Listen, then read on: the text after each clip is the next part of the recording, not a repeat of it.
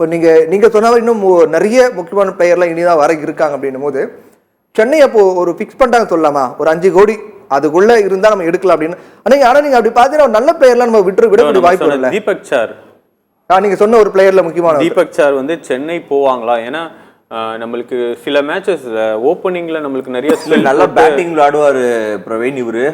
So வெறும் பவுலரா மட்டும் இவரை பார்க்க வேணாம், இவர் கொஞ்சம் பேட்டிங்கும் நல்லா விளையாடக்கூடியவர். நிறைய 50 அடிச்சிருக்காரு, 2-3 50 அடிச்சிருக்காரு. ஃபர்ஸ்ட் கிளாஸ்ல கொஞ்சம் நல்லா விளையாடுவாரு. ஆனா என்ன அப்படின்னா ரன்ஸ் நிறைய கொடுப்பாரு.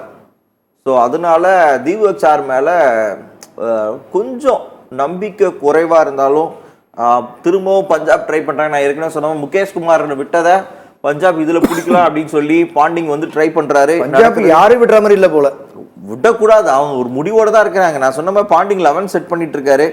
ஸோ பஞ்சாபுக்கு ஆக்சுவலா ஒரு ஃபாஸ்ட் பவுலர் இருந்தா நல்லா இருக்கும். பஞ்சாபா மும்பையா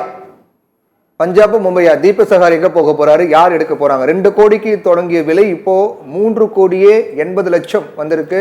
இல்ல ஆக்சுவலா மும்பை போய் தான் ஆகணும் பிரவீன். என்னை பொறுத்தவரையும் மும்பை ரொம்ப நேரம் மிச்சர் சாப்பிட்டு பாதாம் பிஸ்தான்லாம் சாப்பிட்டு ரொம்ப ஸ்டடி ஆயிட்டாங்க. போதும், ஆக்சுவலா அவங்க பர்சும் நிறைய இருக்கு. அதனால தீபக் சார் மாதிரி ஒரு பிளேயரை நீங்க சொல்லிருக்கீங்க மும்பை போவார்னு சொல்லிருக்கீங்க. ஆனா 2 ரிக்கி பாண்டிங் விடுற மாதிரி இல்ல. ஒரு ரிக்கி பாண்டிங்கும் ஒரு முகேஷ் குமார் விட்டோம், ஆனா இவர் விடக்கூடாது அப்படிங்கிற மாதிரி பேசிட்டு இருக்காங்க. தெரியுது என்ன தெரியுமா பிரவீன், இப்போ ஆக்சுவலா வந்து இவருக்கு வந்து ஆல்ரெடி போலிங்க்கு இருக்காங்க, பும்ராவும் போல்ட்டும் இருக்காங்க. ஓகே, ஆனா வந்து ஒரு இந்தியன் ஃபாஸ்ட் பவுலர் இருந்தாங்கன்னா கொஞ்சம் நல்லா இருக்கும் அப்படிங்கறதுனால தான் இப்போ வந்து இவங்க போறாங்க. ஆனா பஞ்சாபை வந்து பொறுத்தவரையும் பவுலர்ஸ் இல்லை, ஆனா அவங்கக்கிட்ட காசு இல்லை, இவங்க கிட்ட காசு நிறைய இருக்கு. அதனால என்னுடைய இது வந்து மும்பை வாங்கிடுவாங்க அப்படின்னு தான் தோணுது. இதை மட்டும் நம்ம பார்த்துருவோம். ஒரு பிரேக் இருக்கு, நம்ம இந்த பிரேக்கு முன்னாடி நம்ம இதை மட்டும் பார்த்துருவோமே, யார் பிக்ஸ் பண்றாங்க அப்படிங்கறத மட்டும் பார்க்கலாம். இப்போ விறுவிறுப்பா போகுது. மும்பைக்கும் பஞ்சாபுக்கும் ஒரு கடுமையான போட்டி இருக்கு. தீபக் சகார் யார் எடுக்க போறாங்க? 7 கோடி கிட்ட கொண்டு வந்திருக்காங்க. 7 கோடி கிட்ட எந்த டீம் எடுக்க போறாங்க தெரியல, ரொம்ப தீவிரமா டிஸ்கஸ் பண்ணிக்கிட்டு இருக்காங்க. தீபக் சகார் 7 கோடிக்கு யார் எடுக்க போறாங்க?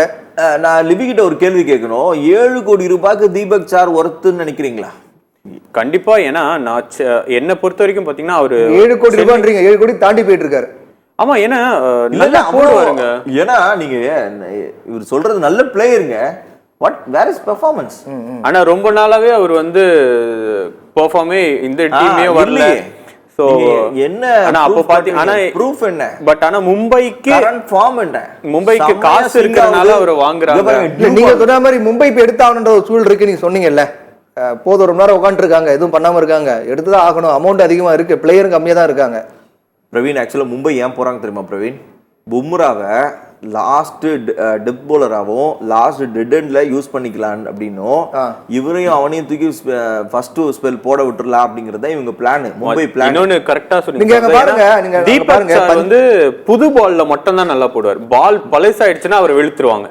அப்போ பும்ரா பாத்தீங்கன்னா வீக்னஸ் இது. ஆமா, பும்ரா பாத்தீங்கன்னா எப்போ போட்டாலுமே நல்லா போடுவார். எனக்கு தெரிஞ்சு நீங்க சொன்ன மாதிரி அவர் பஞ்சாப் ஒரு வாய்ப்பு இல்ல நினைக்கிறேன். 12 கோடி மட்டும் தான் இருக்கு பஞ்சாப் கிட்ட. கிட்டத்தட்ட இது 7 கோடி 7.5 கோடி கிட்ட வந்தாரு. முகம் மாறிச்சு பாருங்க. அந்த கோடி தாண்ட 7 கோடி தாண்ட ரிக்கி பாண்டிங் பேக் அடிச்சிருவாரு. ஏன்னா அவங்க மேல இதுக்கு மேல போக முடியாது, தொகை இல்ல.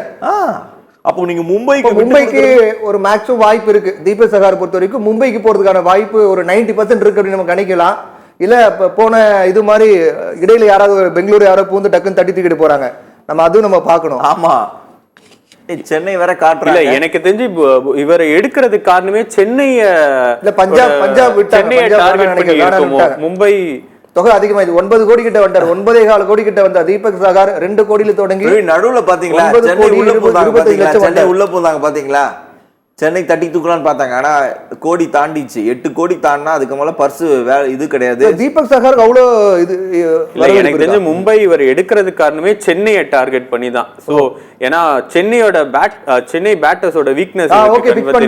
மும்பை இந்தியன்ஸ் தீபக் சகார் 9 கோடி 25 லட்சம் ரூபாய்க்கு மும்பை. இல்ல இந்த காம்போ நல்லா இருக்கு. இப்போ மும்பைல பாத்தீங்கன்னா ட்ரெண்ட் போல்டும் நியூ பால் சூப்பரா போடுவாரு.